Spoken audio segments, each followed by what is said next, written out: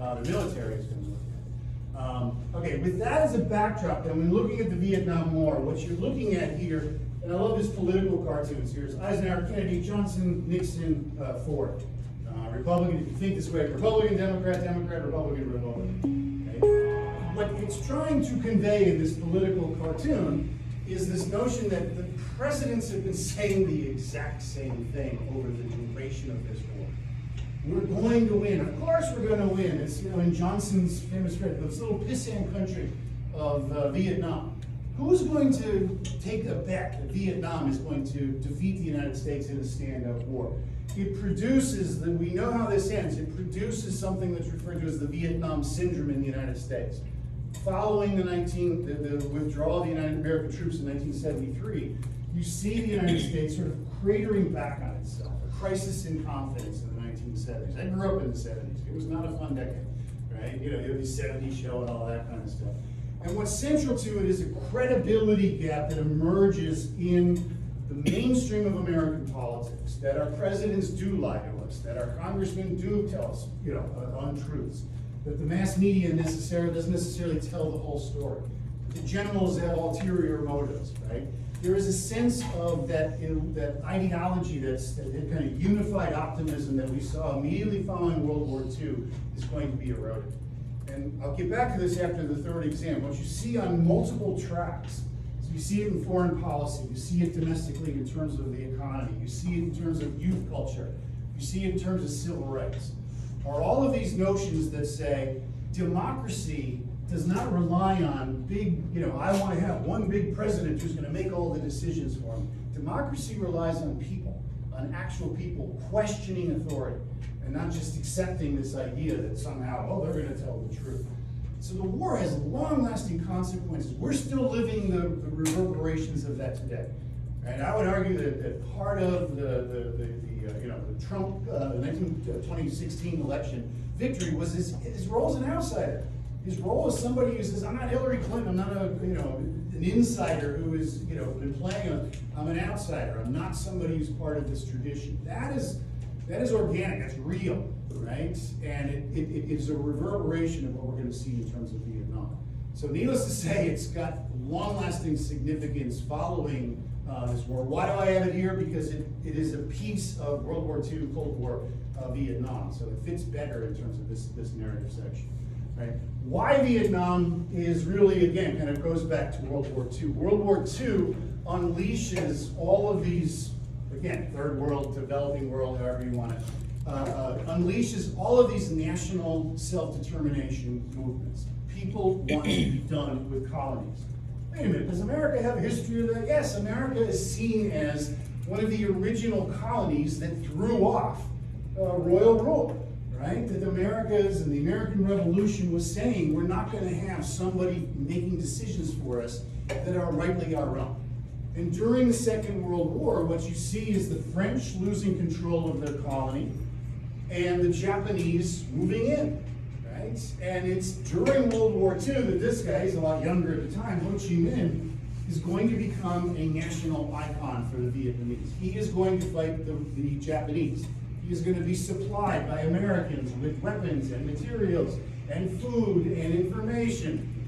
He is seen by the State Department as a nationalist figure. He is also a communist, right? How dare you, right? He once read a book on critical race theory, right? It's that same kind of, the box is checked and by God we can. Both the Roosevelt and Truman administration look and say, this is a country that is going through the exact same process that's happening in India, that's happening in Iran, that's happening in Guatemala, that's happening. They're getting rid of their colonial masters and going back to the way in which they had operated for 2,000 years. Right? And so the idea of somehow helping the French regain these colonies, not only does it just not make sense following World War II, but it runs counter to the way in which the war operated in the region and the way in which the Vietnamese kind of aided the United States in fighting Imperial Japan. Right? The United States shifts this policy under Eisenhower's administration. Why? Not because Eisenhower's a colonist, not because he wants to have an empire, but because of these notions that I talked about in regards to the Cold War. what's going on. We're at war in Korea against the Chinese. The Soviets have developed an atomic weapon. NSC 68 is going to overestimate the threat to the United States and say, in essence, any loss to the communists anywhere in the planet is going to make your Monday morning in Corpus Christi less free. Okay? Regardless of the arguments, right, which is almost impossible to prove, that how does this make America less free? The language that surrounds it becomes very political. You don't want to begin to see, and we'll come back to this, you don't want to be a politician who is soft on communism, who is allowing, Truman, quote unquote, allowed the Chinese to become communists. You don't want to be the next in line. Eisenhower doesn't want to be the next in line politically. Who lost China? Who lost Cuba? Who lost Vietnam? Right? Those are political issues. They get picked up by Fox and MSNBC, and everybody gets all agitated about it because we allow ourselves to do that. They're using a political logic to deal with what is effectively a war for national independence. Do you really care how Vietnam organizes its government? You don't, right? And you're lying to yourself if you do, right? Truman is going to be blamed with losing China. Ho Chi Minh is now Soviet directed. The Soviets don't have any control over this man up until this point. We're going to see where the Soviets are going to be involved in it.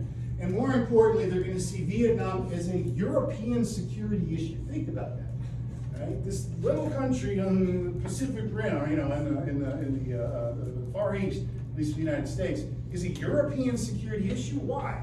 Because the argument is France needs to be established or reestablished as a global power. And the only way that that global power is going to have any meaning for France is if they still have colonial control over Indochina. So we're willing to put the Queen in, it's like the American Revolution 10 years after, and let's bring the King back because we want to make England feel proud of themselves again. So the whole policy towards Vietnam, as we're going to see, is poorly conceived, right? NSC 68, the reason why I stress that, forces the United States. It makes this a zero-sum game. You don't have an option, but it's driven by politics. If you're a general who's told, hey, listen, I want you to send 5,000 of your men into harm's way. Why? Because I want to win the election in Texas? That's dereliction of duty. That's what McMaster's talking about. He's not talking about ideology and politics and right and left and Republican and Democrat. He's talking about what it is, or what's the responsibility of the military, again, in a democratic society. The French effort at trying to reconquer Vietnam is falling apart. The last major battle that they're going to fight is at Dien Bien Phu in 1954. The French are losing their ability to manage Vietnam, and at the Geneva, this is in Switzerland, the peace talks, the United States steps in. This is when Eisenhower steps in and says, we will take the senior role in terms of debating what is to happen to Vietnam. Right? When those talks take place in 1954, the Americans step in and say, in essence, what we want to do is to divide the country, right basically down the middle. Hue is right here. That's about the 17th parallel. Right? The South is much more connected to the West, and particularly the United States. And they're going to choose this guy, Ngo Dinh Siem. Again, the pronunciation is different than the English spelling. But Siem is someone who is a reflection of Western culture. You can see his clothing. He speaks fluent French and kind of passable Vietnamese. He's a Christian. He's not Buddhist, which is the dominant religion in the region. And he's someone who believes that, in essence, he wants Vietnam to follow a future of Western development. Right? The vast majority of the Vietnamese, I can't stress this enough, are rural. They're Vietnamese speakers, and they could give a shit as to what's going on in Corpus Christi or New York City or Paris or whatever. They're going about their lives. The United States divides the country and promises to hold free and fair elections in the near term. What does that call out to? Remember, this is 54. Yalta's not too far in the past. Yalta takes place in 45. The free and fair elections that Joseph Stalin promised to hold. And so there is this sort of jab at the Russians and say, well, you told you were going to have free and fair elections in Poland. We'll do the same thing in Vietnam. Right? And as we're going to see in 2 years' time, there are going to be free and fair elections. They're just simply going to divide the countries. Ho Chi Minh at this point in time is the first time that Ho Chi Minh is going to start looking to external support. And the United States policymakers are comfortable, this is a D issue, right? That they're gonna be able to manage. Again, this is, a negative connotation, but it's classic LBJ. This little pissant country in Southeast Asia, right? It's a small, it's not even on the map. I mean, no one is talking about this. We're gonna be able to manage it. How and why do they have this assumption where 10 years earlier, the United States was quote unquote an isolationist country? How can we manage the lives of everyone around the planet? Well, through the Cold War, through the National Security Act in 1947, the Central Intelligence Agency is going to take a much more active role in world affairs, right? Here's where the old days, Wonky would come in with a stack load of books and then nobody would read, right? And say, hey, listen, you want to, this is now all available online. And when we get to the end, I'll show you the URL. The CIA, on its CIA.gov website, has all of this information available online. They came clean with it. Good for them, right?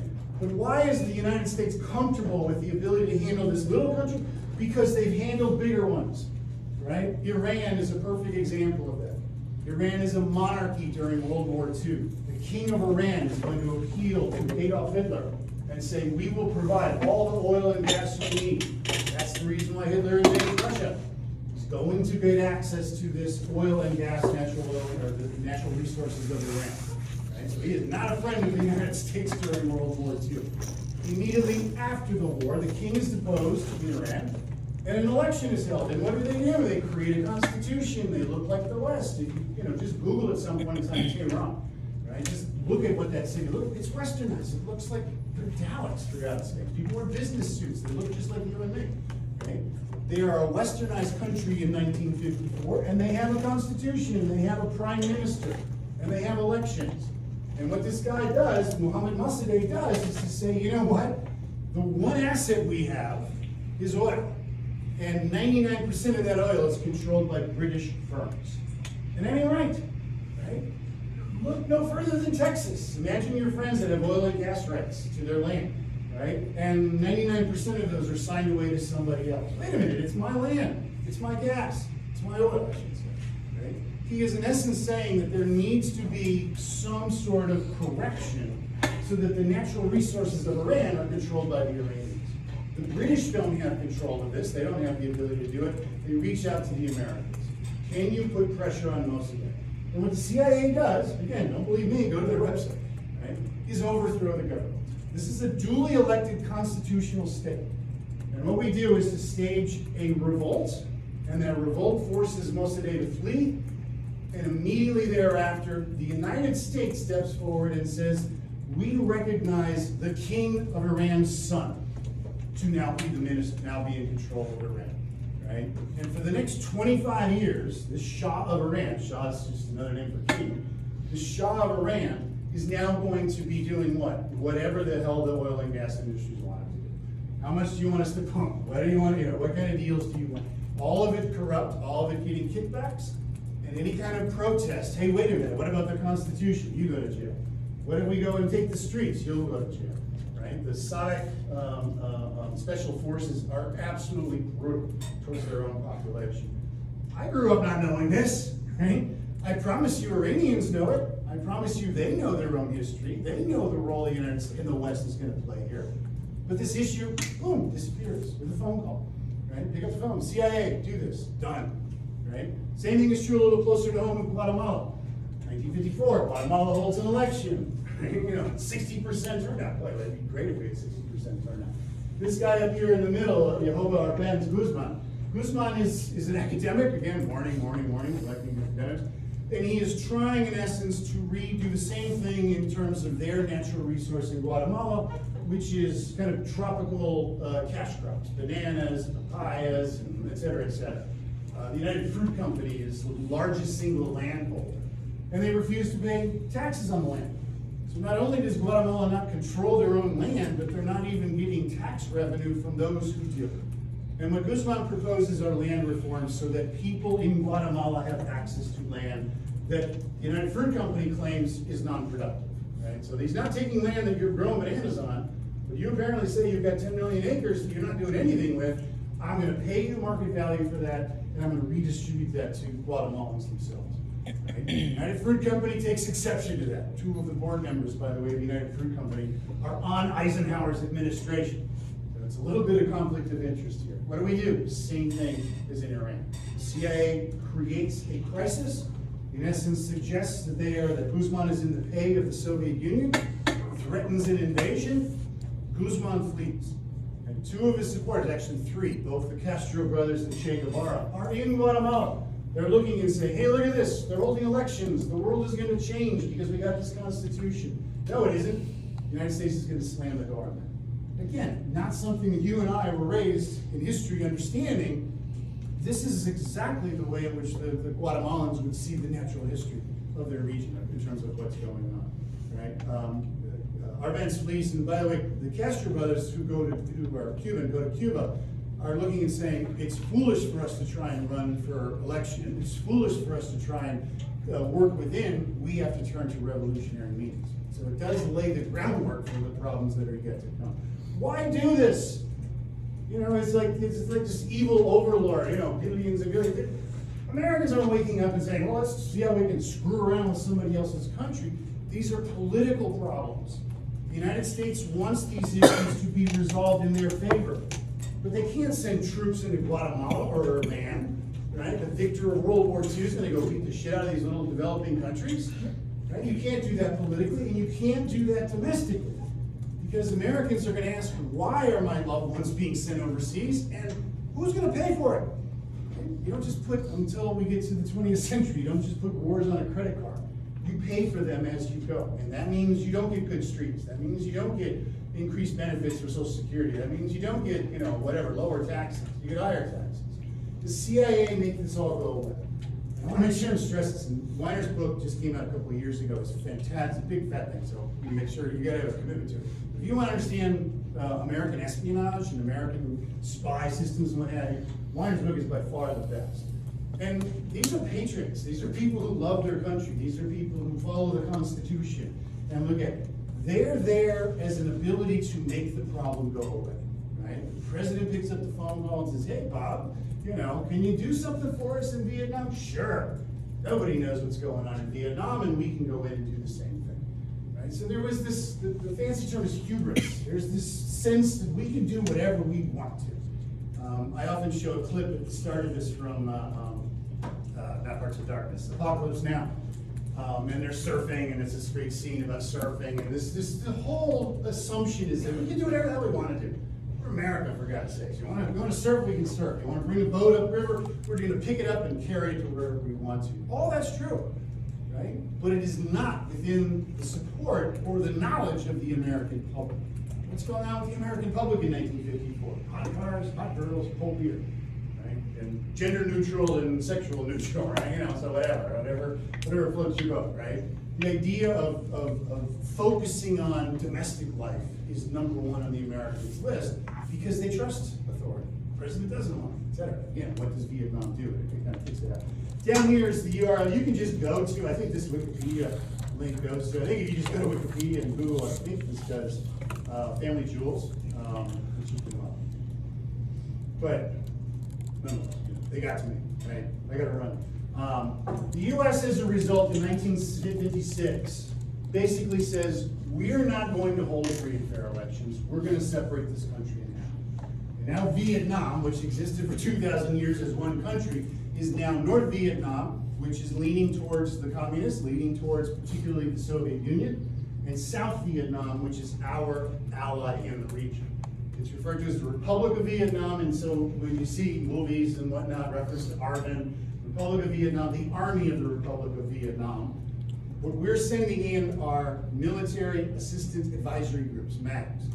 Most of these are CIA operatives, but you do have people who are training them on how to use field artillery, how to, dress, all that kind of stuff.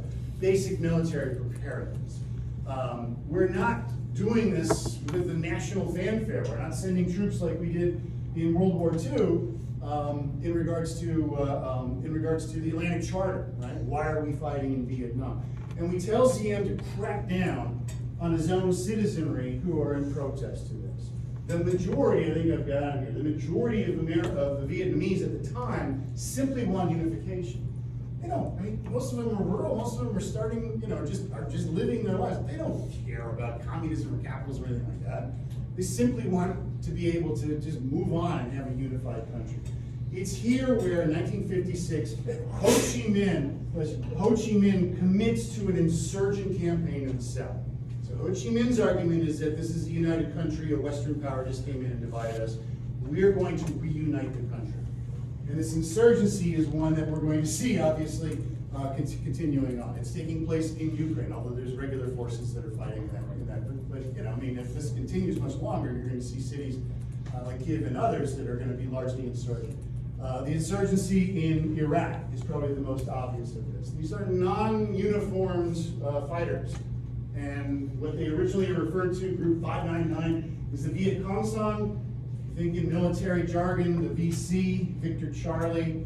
You'll hear reference in movies to Charlie or the VC. These are non-uniform. These are irregular forces. This is, you know, to the equivalent of a sort of domestic insurgents. Ho Chi Minh is really not calling the shots anymore. There's a guy named Le Duan who is now in charge of North Vietnam, although Americans tend to still see Ho Chi Minh as the poster child of North Vietnam.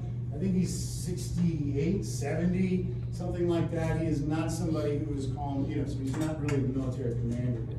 Most of the Vietnamese are torn by these goals. Again, they're not interested in global politics. What they're interested in is being in charge of their own country. Right? So in 1956, the United States has fundamentally changed the equation of what Vietnam represents. There are now two countries. And one of them is our ally, and that ally is going to then do what we ask them to do, right? It's here where American presidents, Eisenhower and then Kennedy, begin with a military policy that is, for lack of a better term, unwise in terms of what America does best, right? So I like boxing, I enjoy boxing. I'm not as big on MMA, although it's certainly the kind of more interesting fights now. Boxing is divided by weight class, heavyweights, lightweights. I'm a middleweight and lightweight fan. I like watching boxing, right? Real boxing, the sweet science, right? But if you're a heavyweight fighting against a lightweight, right? How would you, in your corners, what would you say? You got Mike Tyson and you're going up against, I don't know, Floyd Mayweather or something like that, and he's a middleweight. What would you tell Mike Tyson? Should you go in and just jab and box and all that kind of stuff? No, you're a heavyweight. You go in with your best punch. You use the skills that you have. Right? And two boys, when they were growing up and they were little, don't get in a fight. But if you do get in a fight, your first shot is the most important one. Right? It's something to them. Right? You don't, it's kind of, that kind of stuff. If you're going to get in a fight, you better commit to it. The United States is the same way. What we're successful in doing to Japan, to the Confederacy, to the Nazis, is overwhelming with force. We have a huge economy, we have a huge population, we have technological skills. If you wanted to overwhelm Vietnam, then do it, right? We don't do it. What we do is to say, we don't want to make this an international issue. We don't want to raise the interest of the American public. We don't want to make this U.S. is beating up on a little country. Right? What we want to do is to slowly increase our presence. When Kennedy enters office in '61, what he finds not only is a political situation, we get to Kennedy, I'll talk about that. Kennedy is looking weak early in his administration, and he sees Vietnam as an opportunity to get tough. Right? And what does that mean? It means to accentuate, in essence, the strategic value of Vietnam. We're going to put a line in the sand. And all of his advisors are telling him, this is not a war you can win. This is not World War II. This is not, same thing they told Eisenhower. This is not something, if you want to go and send in the 1st Armored Division, you would be able to pretty easily occupy all of Vietnam. But that means you're talking World War II type of combat. That's what we're good at, right? Cutting it off and killing it, blowing it up, right? That is not what we're doing here. What we're doing here is something that is later going to be referred to as nation building. We want to make sure and prop up a government that we argue is representative of the Vietnamese people. What is representative is the American possibility, the American role in it. Kennedy makes this America's war. So Eisenhower creates the conditions. It's John Kennedy's administration that begins to turn this.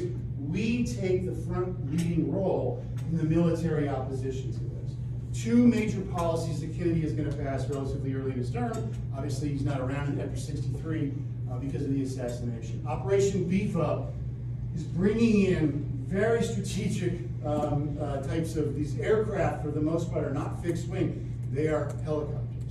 And if there's anything, rephrase that, the single most strategic and tactically powerful weapon in a modern war is not an aircraft carrier, it's a helicopter, right? Particularly attack helicopters. And the idea is you can use space and time, right? With military planning, it's all about being in the right place with the right punch, right? Space and time. What this does is up the stakes. They're successful.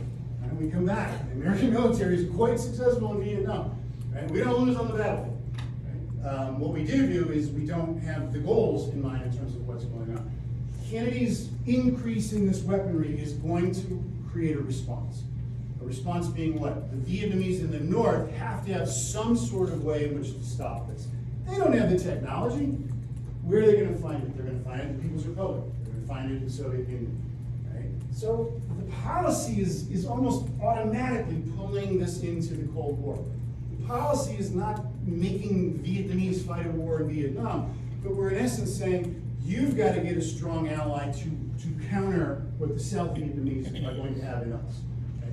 The other thing Kennedy's administration does is to begin to reorganize South Vietnamese society.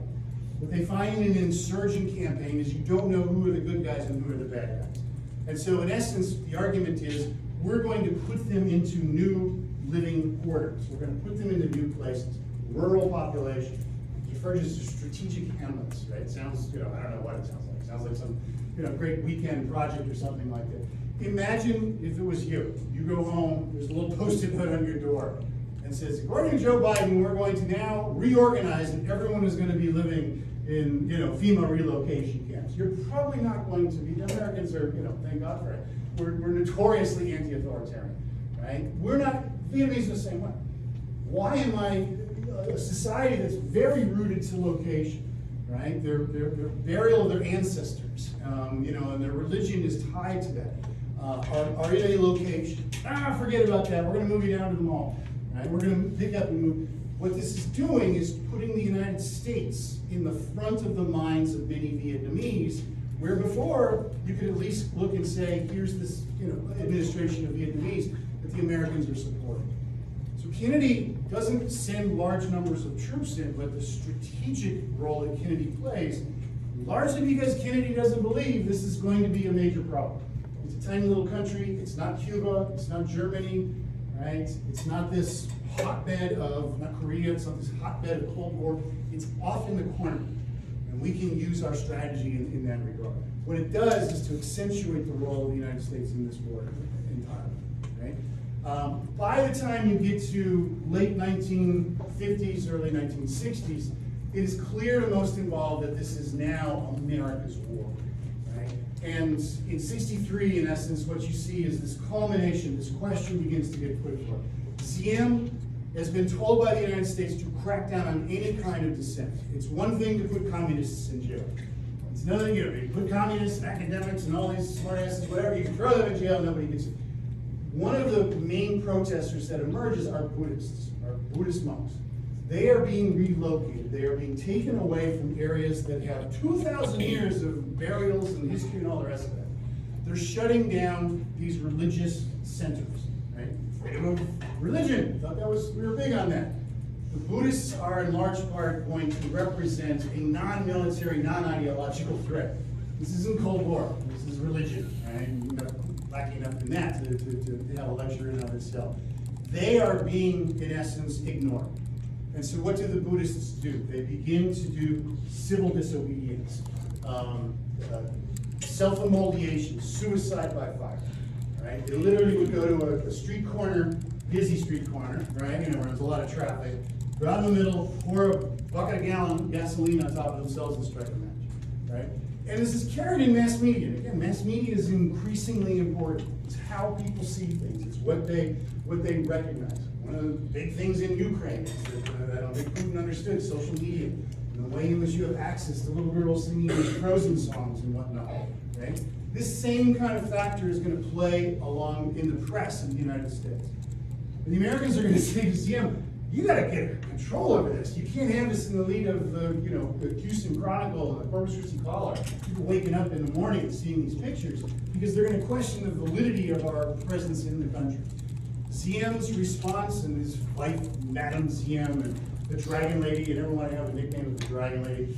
His wife says, well, these Buddhist barbecues are things that are just an annoyance, but if they run out of gasoline to match, just tell them to come by the palace, and we'll give them to them.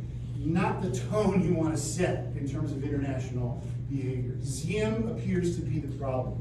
He and his brother are in charge. Ironically, you can make the argument Kennedy and his brother are in charge of the United States administration. Kennedy authorizes the CIA to stage a coup and to take Ziem out. Kennedy's orders were to, at all costs, make sure that Ziem and his brother survive. These have been our allies. These are people who have been our supporters. They've done our bidding in the region. If you ever stage a coup, I'm not suggesting you do or don't, but if you do, and you've got the former leader in your armored personnel carrier, as the military does, what are you going to do? You're going to double tap both. And they murder them both. Right? This is October of 1963. Kennedy himself is going to be murdered at home 1 month later. Right? And so there is this sense of irony, sort of bitter irony in regards to this. What it does is to destabilize the last vestige of at least Ziem was elected. At least Ziem was a representative of some subset of the Vietnamese people. From 1963 to basically 1975, the Vietnamese are going to be led, South Vietnamese are going to be led by this kind of weird collection of generals and industrialists and people who are living outside, Vietnamese living outside of Vietnam. There's no legitimacy in the government. It's ours, right? Colin Powell famously said about Iraq, you break it, you buy it, right? We broke it. And Kennedy is not around to kind of deal with this tragedy. A lot is made of John Kennedy's intentions. It's a nice little clip here from 1963. It's literally weeks before he is going to be shot and killed. And he is talking about this. Many will falsely assume that Kennedy is a peacenik. He is not. We'll talk about Kennedy when we get to him. Kennedy is not going to back away from the Cold War. I would argue, and we'll argue when we get back to Kennedy, that by this point in time in his administration, he had matured to the point where he realized that the United States was playing with fire. His skills suggested an ability to negotiate out of a greater war, whereas LBJ is not going to be that same politician. But the JFK movie, right? All the conspiracy theories and all the rest of that kind of stuff suggests that John Kennedy was assassinated because he wanted to pull us out of Vietnam. No, he didn't. Right? He arrives at Love Field in Dallas with a speech that says Vietnam is essential to America's national security. So he ain't going anywhere in regards to that. But here's an interview before he died. Play.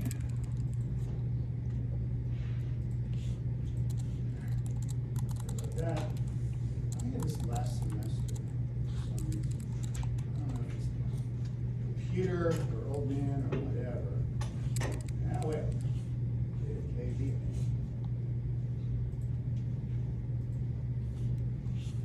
We have now sent some 16,000 military advisors. For decades to come, his words that afternoon would be used by some to prove he had already decided to pull out of the war. In the final analysis, it's their war. They're the ones who have to win it or lose it. We can help them, we can give them equipment, we can send our men out there as advisors, but they have to win it, the people of Vietnam against the communists. But what the president said next would be used by others to prove the opposite, that Kennedy planned to continue America's commitment. But I don't agree with those who say we should withdraw. That'd be a great mistake. That'd be a great mistake. I know people don't like Americans to be engaged in this kind of an effort. 47 Americans have been killed in combat with the enemy. But this is a very important struggle, even though it's far away.